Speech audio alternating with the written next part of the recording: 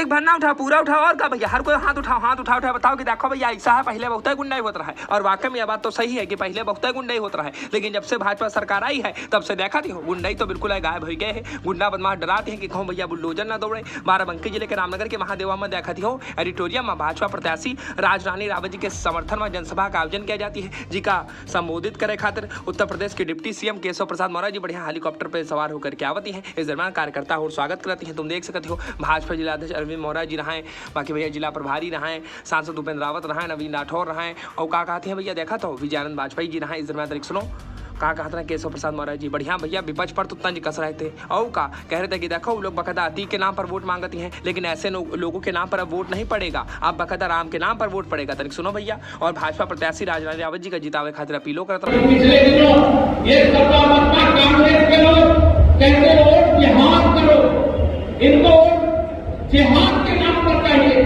इनको पाकिस्तान के नाम पर चाहिए, इनको मुख्तार अंसारी के नाम पर चाहिए, इनको अतीक अहमद के नाम पर चाहिए, इनको मोहम्मद आजम खान के नाम पर चाहिए, इनको जिन्ना के नाम पर चाहिए।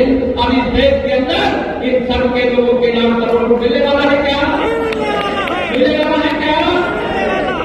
और राम के नाम पर देंगे, चाहे रोटी के नाम पर देंगे, चाहे राष्ट्र के नाम पर देंगे, चाहे भारत के उज्जवल भविष्य के नाम पर देंगे, चाहे विकसित भारत की गारंटी पर नाम वोट देंगे, चाहे बाराबंकी का इतिहास याद करो। 2014 में आपने कमल खिलाया, देश में मोदी जी के नेतृत्व में सरकार बनाया, फिर 2017 का विधानसभा चुनाव आया, उसमें आपने 325 विधायक जिताया, लेकिन 2017 में यूपी में बीजेपी सरकार बनने से पहले आपको याद नहीं होगा, मैं याद कराता हूं, बताइए सपा की सरकार के समय गुंडागर्दी थी कि नहीं?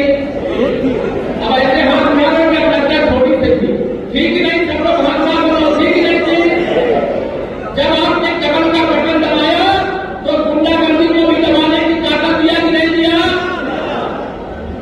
जब सपा की सरकार थी, मैं कहता हूं जब इस गाड़ी में सपा का झंडा, उस गाड़ी में बैठा गुंडा, बताइए सही है कि नहीं सही? जब सपा की सरकार थी तो सपा के गुंडे भूमाफियाओं का नारा खाली प्लाट हमारा, बताओ प्लाट पे कब्जा होता था कि नहीं? गरीबों किसानों व्यापारियों की जमीन मकान दुकान प्लाट पर कब्जा होता था कि नहीं होता था? मैंने कहा अखिलेश यादव जी, राहुल गांधी जी, बहन मायावती जी, आपको राजनीति में जब सत्ता में आने का मौका मिला तो आपने राजनीति का अपराधीकरण कर दिया, अपराधियों का राजनीतिकरण कर दिया। ये मुख्तार अंसारी संसद और विधानसभा में जाने के लायक थे क्या? अतीक अहमद को लोकसभा में टिकट देना चाहिए था क्या? लेकिन उन्होंने उनको टिकट दिया। एक ने राजकुमार जैसे एक बसपा का विधायक था, राजकुमार की दिनदहाड़े हत्या करने वाले का महिला मंडल समाजवादी पार्टी ने किया।